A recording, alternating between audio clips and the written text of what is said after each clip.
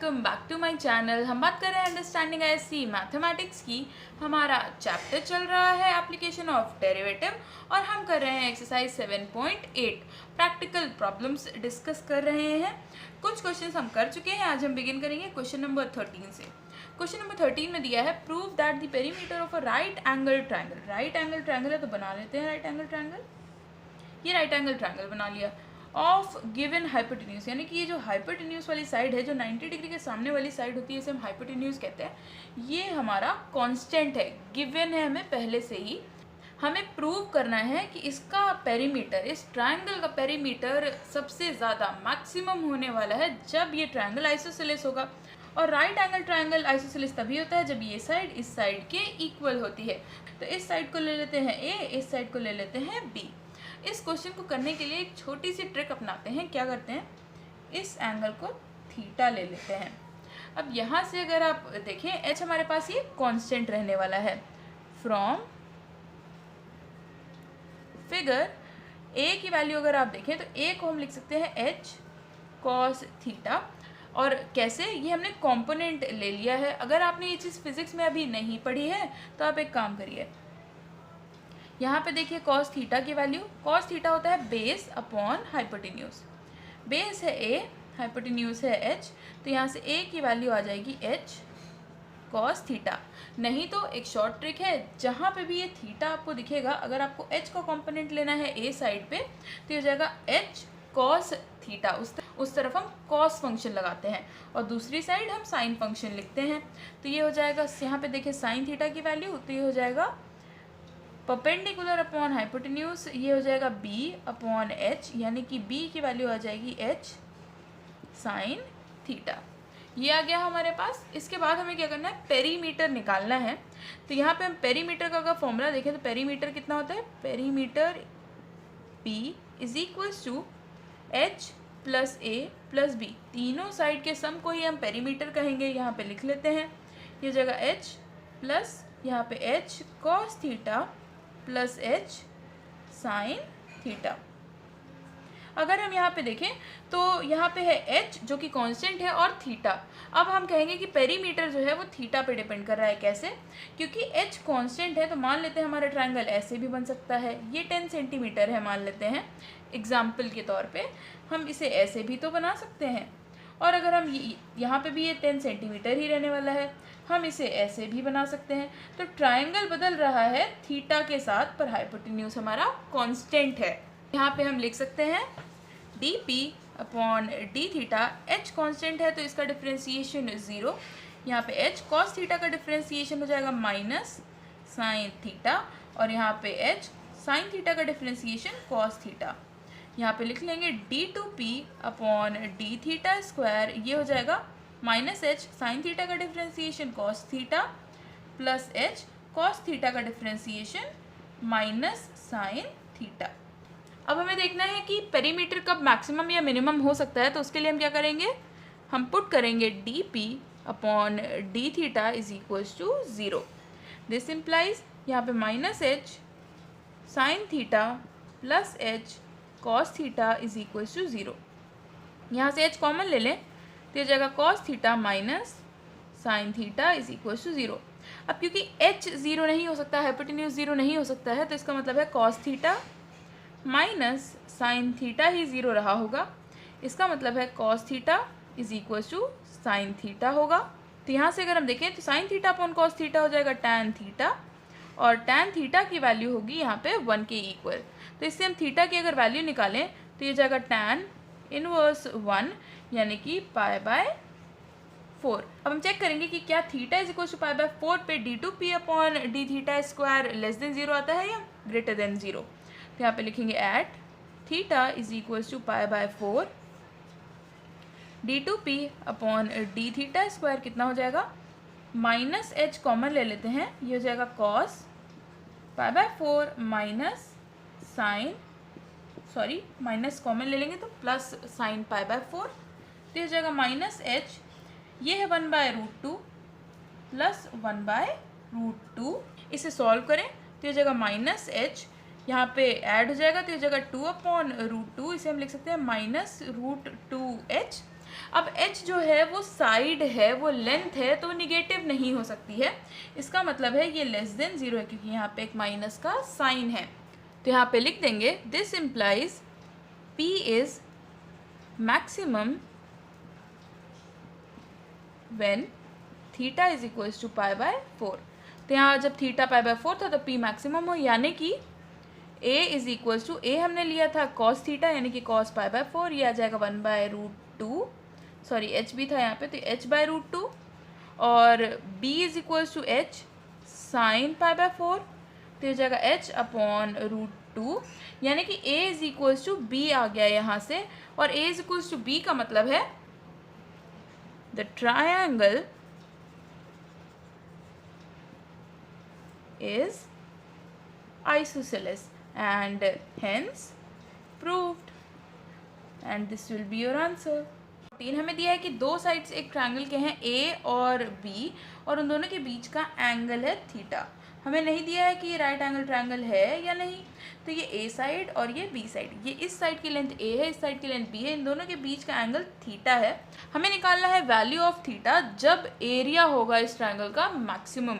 तो पहले हम एरिया का फॉर्मूला लिख लेते हैं।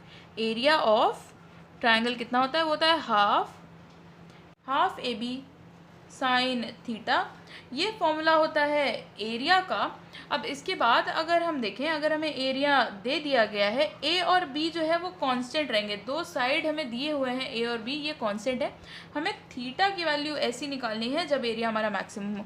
तो हम क्या करेंगे, यहाँ पे एरिया को ए से रिप्रेजेंट करें अगर, तो यहाँ पे हम निकाल लेंगे DA/d थीटा, ये हो जाएगा हाफ AB साइन थीटा का डिफ्रेंसिएशन कॉस थीटा, फिर d2a/d theta square is equal to half AB cos theta का डिफ्रेंसिएशन हो जाएगा माइनस साइन थीटा।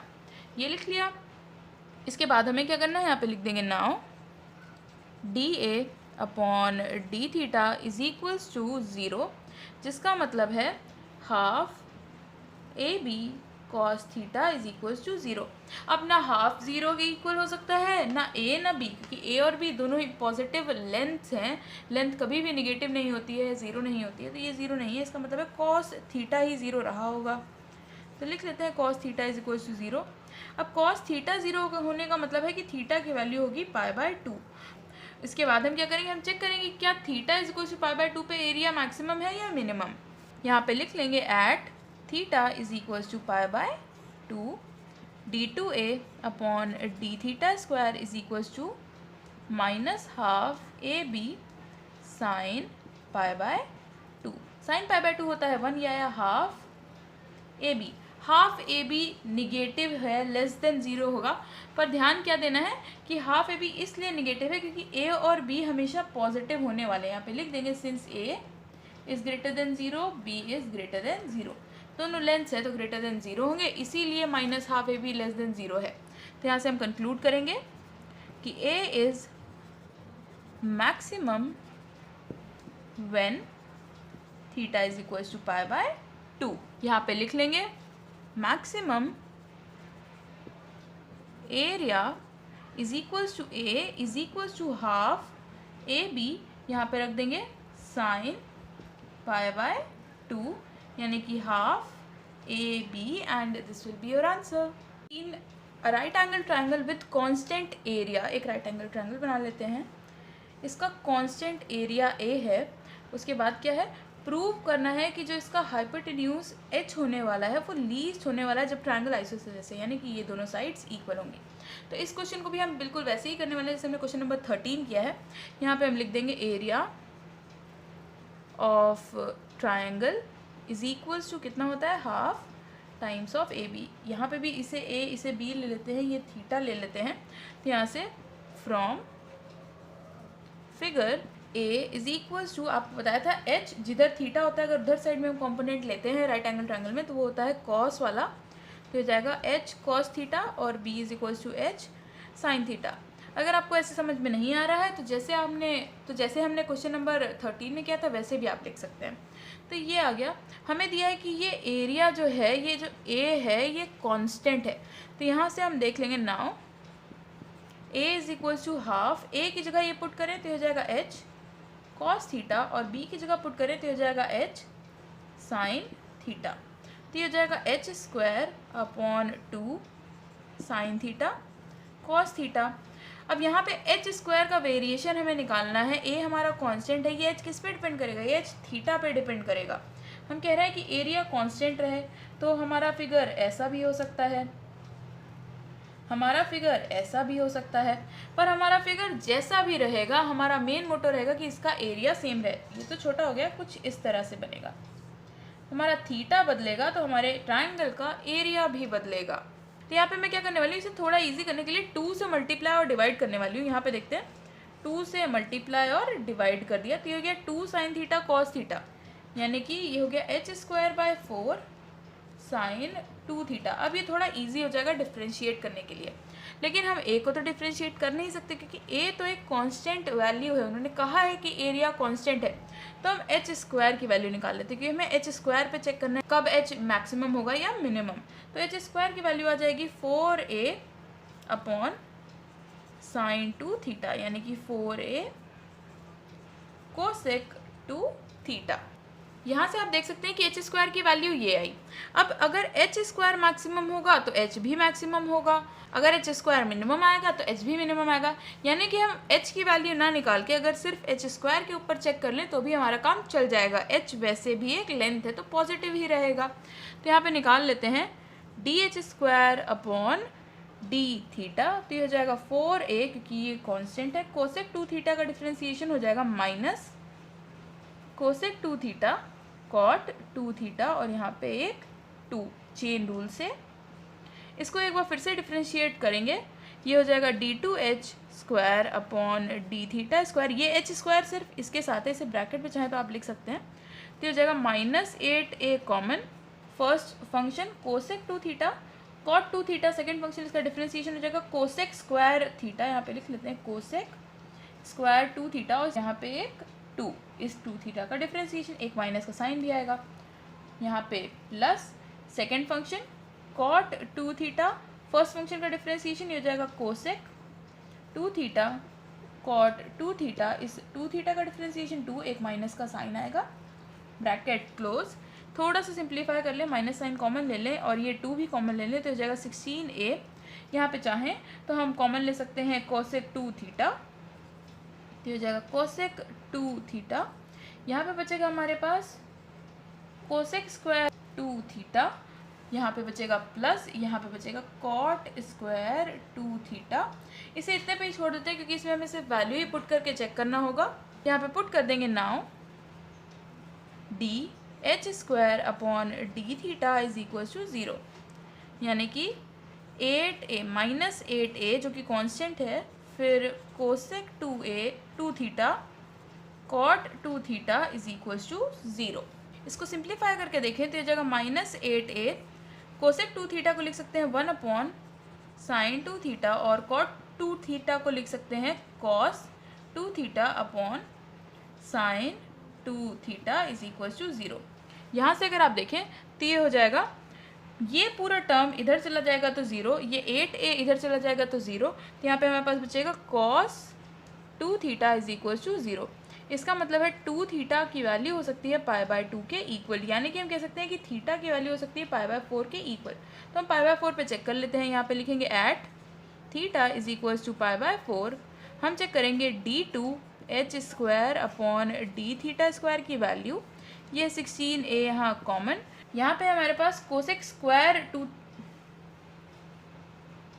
यहाँ पे हमारे पास कोसेक 2 थीटा, तो ये हो जाएगा कोसेक 2 थीटा का मतलब है 2 इंटू π/4 यानी कि π/2, तो यहाँ पे लिख लेते हैं π/2 और ब्रैकेट में यहाँ पे भी हो जाएगा कोसेक π/2 स्क्वायर प्लस यहाँ पे भी कॉट स्क्वायर π/2, ये हो जाएगा 16a, कोसेक π/2 हो जाएगा 1, ये भी 1 प्लस कॉट π/2 हो जाएगा हमारे पास 0, तो ये आ जाएगा हमारे पास 1, 16a आ गया। 16a पॉजिटिव होने वाला है क्योंकि एरिया कभी निगेटिव नहीं होगा, तो यहाँ पे दिस इज ग्रेटर देन 0। यहाँ पे लिख देंगे h square is minimum when theta is equals to π/4, this implies अगर एच स्क्वायर मिनिमम है जब थीटा पाई बाय 4 के इक्वल है, तो H is also minimum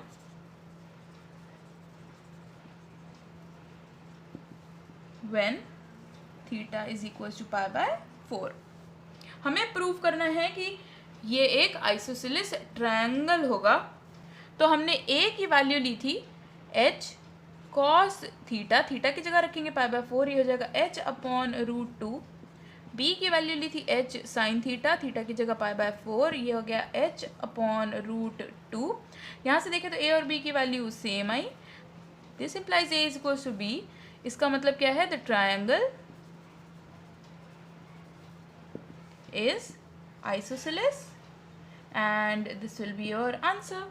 number 16 हमें लेंथ ऑफ साइड्स दी हुई है 9 + x square 9 + x square 18 - 2x square. हमें कैलकुलेट करना है फर्स्ट पार्ट में area of triangle in terms of x। तो सबसे पहले तो एरिया ऑफ ट्रायंगल का फॉर्मूला लिख लेते हैं। Area of triangle is equal to under root में s minus a s minus b s minus c, where S क्या है, एस को हम कहते हैं सेमी पेरीमीटर और ये होता है a + b + c upon 2। A B C है हमारी साइड की लेंथ्स। तो यहाँ पे हम देख लेंगे here S is equal to A कितना है 9 + x square plus 9 + x square plus 18 - 2x square, ये ए बी सी की वैल्यू रखी अपॉन 2। सॉल्व करें, x square + x square minus 2x square हो जाएगा 0, 9 + 9 + 18 हो जाएगा 36 अपॉन 2, ये हो जाएगा 18 के इक्वल। एस की वैल्यू 18 के इक्वल आ गई।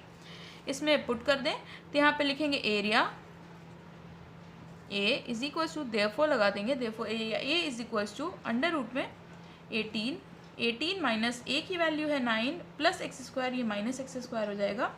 यहाँ पे भी 18 - 9 - x स्क्वायर, यहाँ पे होगा हमारे पास 18 माइनस माइनस हो जाएगा प्लस 2x स्क्वायर और ये सब अंडर रूट में है। यहाँ पे हमारे पास बचेगा 18 - 9 हो जाएगा 9, ये हो जाएगा 9 - x स्क्वायर 9 - x स्क्वायर, यहाँ पे 18 कैंसिल, यहाँ पे बचेगा 2x स्क्वायर। तो यहाँ से a की वैल्यू अगर देखें ये अंडर रूट में ये आ जाएगी। इसके बाद हम क्या कर सकते हैं, हम इसे बाहर निकाल सकते हैं। तो ये a हो जाएगा कितना, 18 × 2 हो जाएगा 36, x स्क्वायर 9 - x स्क्वायर का होल स्क्वायर हो गया। ये स्क्वायर रूट के बाहर आएगा तो 36 अगर बाहर आएगा तो होगा 6, x स्क्वायर अगर बाहर आएगा तो x, 9 - x स्क्वायर का अगर होल स्क्वायर बाहर आएगा तो ये जगह 9 - x स्क्वायर। तो ये हमारी a की वैल्यू आ गई। ये हमारे फर्स्ट पार्ट का आंसर हो गया। आप चाहें तो इसे अंदर मल्टीप्लाई कर सकते हैं। तो ये हो जाएगा 6, यहाँ पे बाहर कॉमन रहने देते हैं, ये हो जाएगा 6, यहाँ पे हो जाएगा 9x - x³। सेकेंड पार्ट में हमें वैल्यू ऑफ x निकालनी है जब ये एरिया मैक्सिमम होगा। तो यहाँ पे निकाल लेंगे dA अपॉन dx, डिफ्रेंशिएट करेंगे तो 6 बाहर कॉमन है, ये हो जाएगा 9 - 3x स्क्वायर, 3 फिर से कॉमन ले लें तो यहाँ पे हमारे पास बचेगा 6 × 3 = 18, 3 - x स्क्वायर। एक बार और डिफ्रेंशिएट कर देते हैं तो यहाँ पे हमारे पास ये हो जाएगा 18 बाहर कॉमन, ये बचेगा -2x। यहाँ पे लिखेंगे now dA upon dx is equal to 0। Critical points निकालेंगे यहाँ से। इसका मतलब है 18 3 - x square is equal to 0। 18 0 हो नहीं सकता, यानी कि 3 - x square is equal to 0, यानी कि x square is equal to 3, या फिर हम कह सकते हैं x इज इक्वल टू ±√3। इसकी दो वैल्यू है, दोनों पे चेक कर लेते हैं कि कब एरिया मैक्सिमम होगा। यहाँ पे लिखेंगे at x is equal to -√3, x is equal to -√3 पे अगर देखें तो d2a upon dx square is equal to 18 -2 और यहाँ पे -√3, माइनस माइनस हो जाएगा प्लस, यहाँ पे हमारे पास बचेगा 36√3। ये पॉजिटिव है यानी कि ग्रेटर देन 0 है। इसका मतलब है a is minimum at x is equal to -√3, यानी कि ये वैल्यू हम नहीं ले सकते क्योंकि हमें सिर्फ मैक्सिमम वाली वैल्यू चाहिए। तो यहाँ पे दूसरा पॉइंट निकाल लेंगे, at x is equal to √3, value put करेंगे d2a अपॉन dx स्क्वायर में, तो ये हो जाएगा 18 -2 और यहाँ पे √3, तो ये हो जाएगा -36√3। अब ये निगेटिव है यानी कि लेस देन 0 है। इसका मतलब है a is maximum when x is equals to √3 and this will be your answer in second part.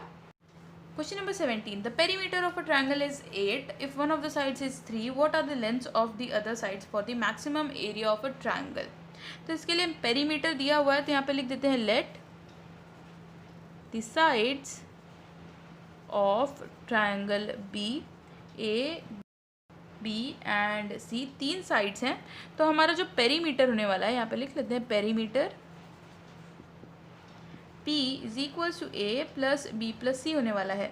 यहाँ पे P कितना है 8, A की वैल्यू 3 दी हुई है plus B plus C, which means B plus C की वैल्यू 5 होगी। 8 माइनस 3 5 होगी।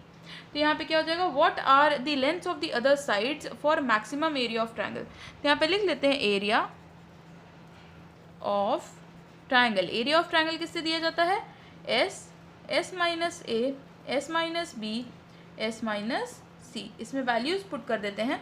पेरीमीटर हमारा 8 है, तो सेमी पेरीमीटर 4 होने वाला है।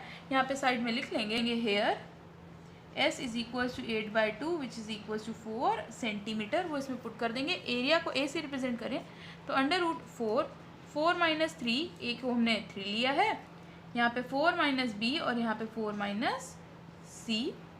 यहाँ पे अगर हम दोनों तरफ स्क्वायर कर दें तो हो जाएगा A square is equals to 4 minus 3 1, 4 minus, एक काम करने वाले हैं यहाँ पे 4 माइनस बी, 4 माइनस सी लिखा रहने देते हैं। यहाँ से एक की वैल्यू ले लेते हैं, किसी भी एक की।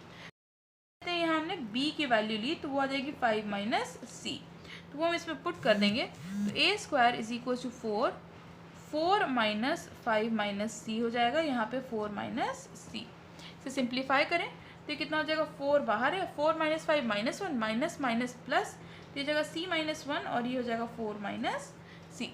कुछ इस तरह से ये आ जाएगा। इसके बाद अगर ए स्क्वायर मैक्सिमम होगा तो ए भी मैक्सिमम होगा, अगर ए स्क्वायर मिनिमम होगा तो ए भी मिनिमम होगा, क्योंकि एरिया है पॉजिटिव ही रहने वाला है। तो हम एक काम कर सकते हैं, हम इस पर चेक कर सकते हैं मैक्सिमा और मिनिमा। तो यहाँ पे हम निकाल लेंगे D A square upon D C क्यों, क्योंकि हमने सिर्फ सी साइड के रिस्पेक्ट में निकाला है अभी।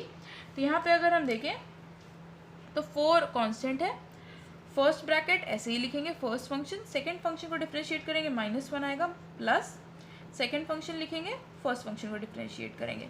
इसे सॉल्व कर लें तो ये जगह 4, ये जगह -c + 1 + 4 - c, ये आ जाएगा हमारे पास 4 5 - 2c के इक्वल।